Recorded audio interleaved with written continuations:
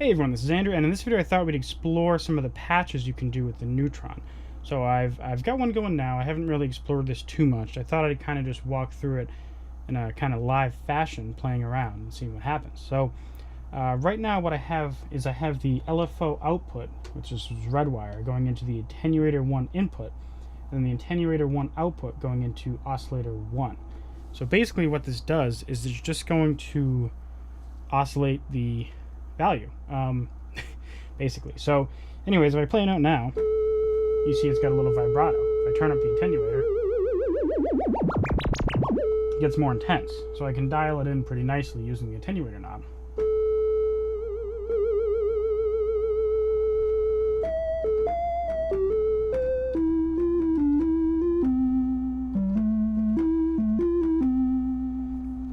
Very nice, right? So if I take these knobs out, let's just kind of play around with some stuff. So if I look around, I can see that there's an input for pulse width modulation. So one thing I can do is I can actually attenuate in out of the so what I can do is I can get the LFO output again. I actually want to move the oscillator wire into pulse width. So now I shouldn't get anything, right? So make sure I have my modulation off. Let me twist this a little better. And I'm going to turn the wave into a square wave. This should make it more obvious. I turn the attenuation.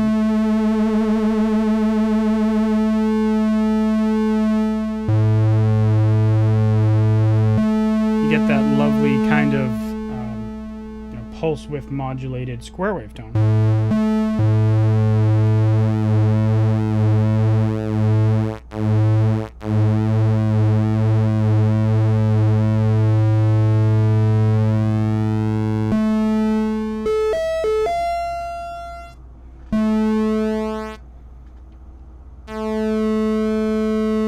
Tune in the value using the attenuation. It seems like the LFO output is actually pretty intense because I'm only using a tiny little bit on the attenuator. So that's another way you can play with the patch bay. You can also control pulse width for the second one separately. So see if I can do this right. If I get the pulse width output, instead I put it into the mult. Now I can get one of the mults and put it into pulse width 2 and get the other mult, if I can squeeze in. I got all these knobs so close together, or jacks so close together. Now I can have both of them.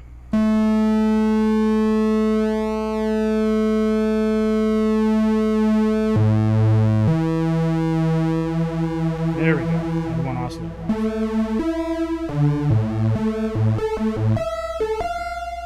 Which is a little intense, but it's still a pretty cool sound. So let me pull out some of these puppies.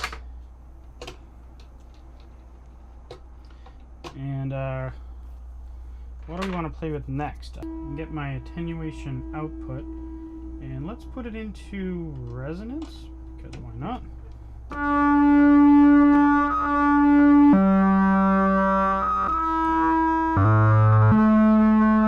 That seems to work, so I'm getting the resonance increased to the ADSR.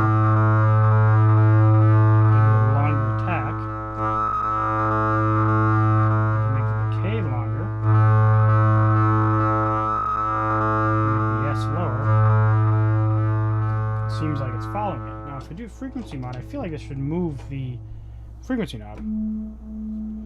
However, it's not. VCF in, and it's not. So obviously I'm doing something wrong there. I'm not reading the manual here. I'm just kind of playing around. Another thing we can do is, let's say we want to modulate the shape. Let's get the LFO, and we'll put that into shape 1. Turn my oscillator mix down to 1. You can see over here it's kind of freaking out. To make this slower.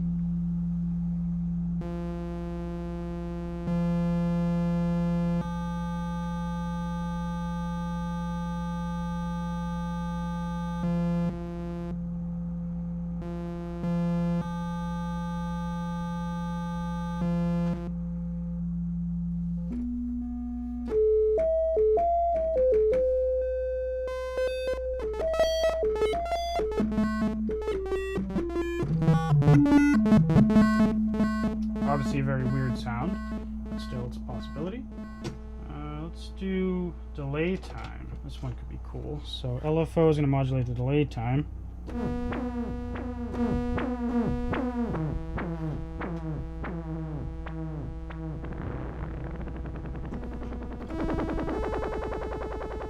Very weird sound. What about delay in? That's interesting. But the delay time was interesting. Maybe if I make this...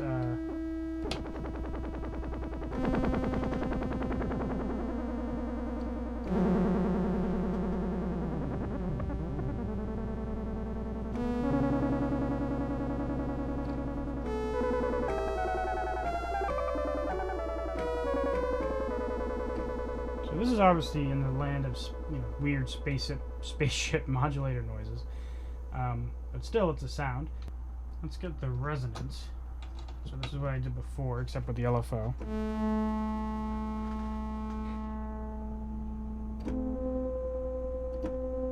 Turn down the delay.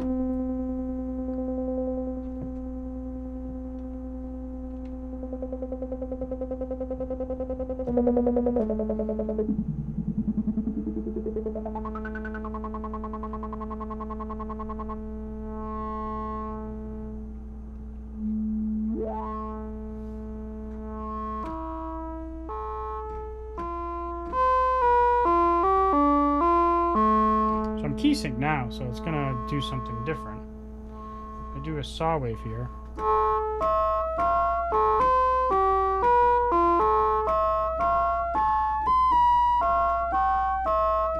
So now what it's doing is every time I hit a switch, it's key syncing the LFO and ramping up the resonance and then rapidly decaying down with the resonance. So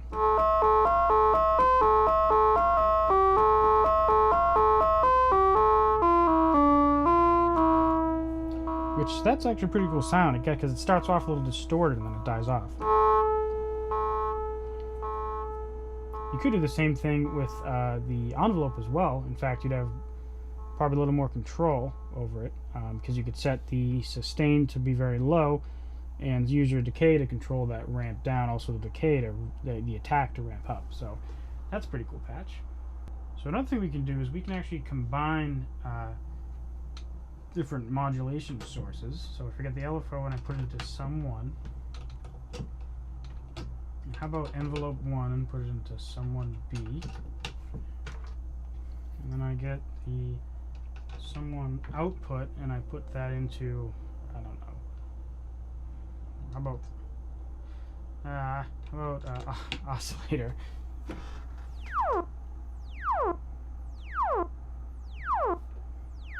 So that's pretty intense. So let's see what happens if I take out the LFO. So we're actually getting nothing. So I'm obviously doing something wrong with the envelope here. Oh.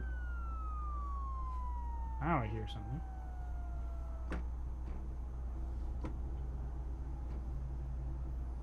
Interesting. Oh. Huh. Obviously I need to read up on what the envelope's actually doing. So let's kick it out of the envelope. Let's put it into the sample and hold, and I'm going to mix the LFO in the sample and hold.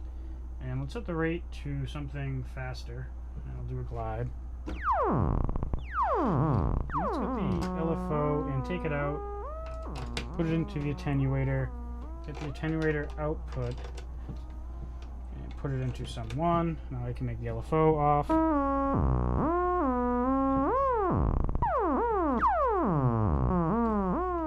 Let's make it crazy.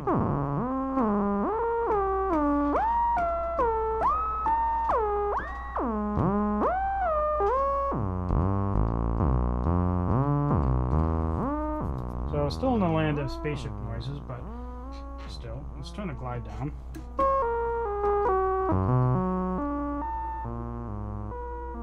Cool. Now instead of sample and hold, how about we do noise? It's kind of the same. Oh yeah. So I'm mixing the LFO, or not, the LFO rated at audible levels mixed with the noise. Gives you this. Which sounds different than the raw noise. You can't really hear the noise with that. Let's get the... How about we get the oscillator output? That's interesting. Well, it's still gibberish.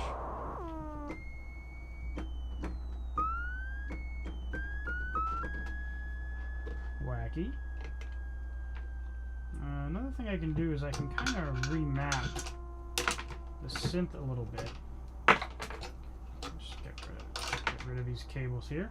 So what I can do is I can go right from the oscillator output into the delay.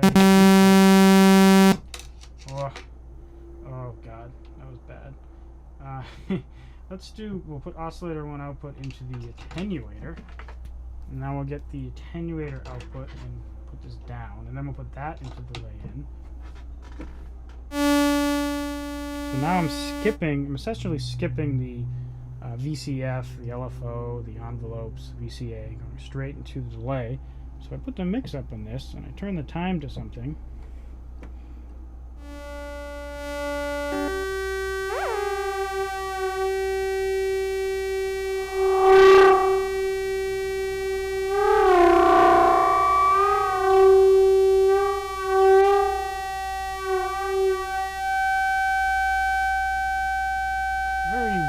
Sound.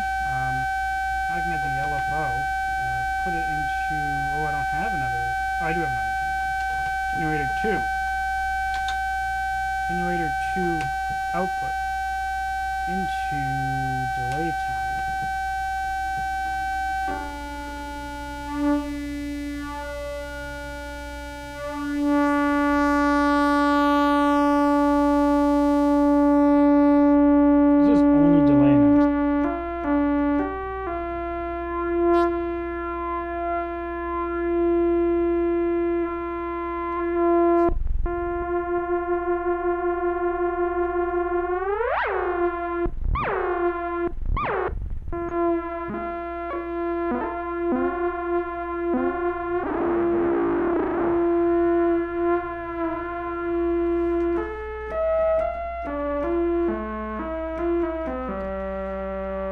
Back the original sound. I like it just by itself.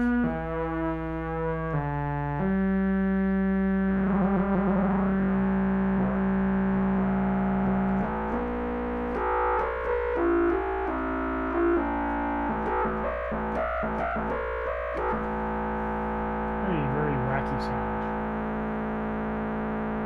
Now, obviously the repeats don't matter because I'm constantly feeding the signal. So, whoop. Gone. So anyways, that's another more wacky example of this.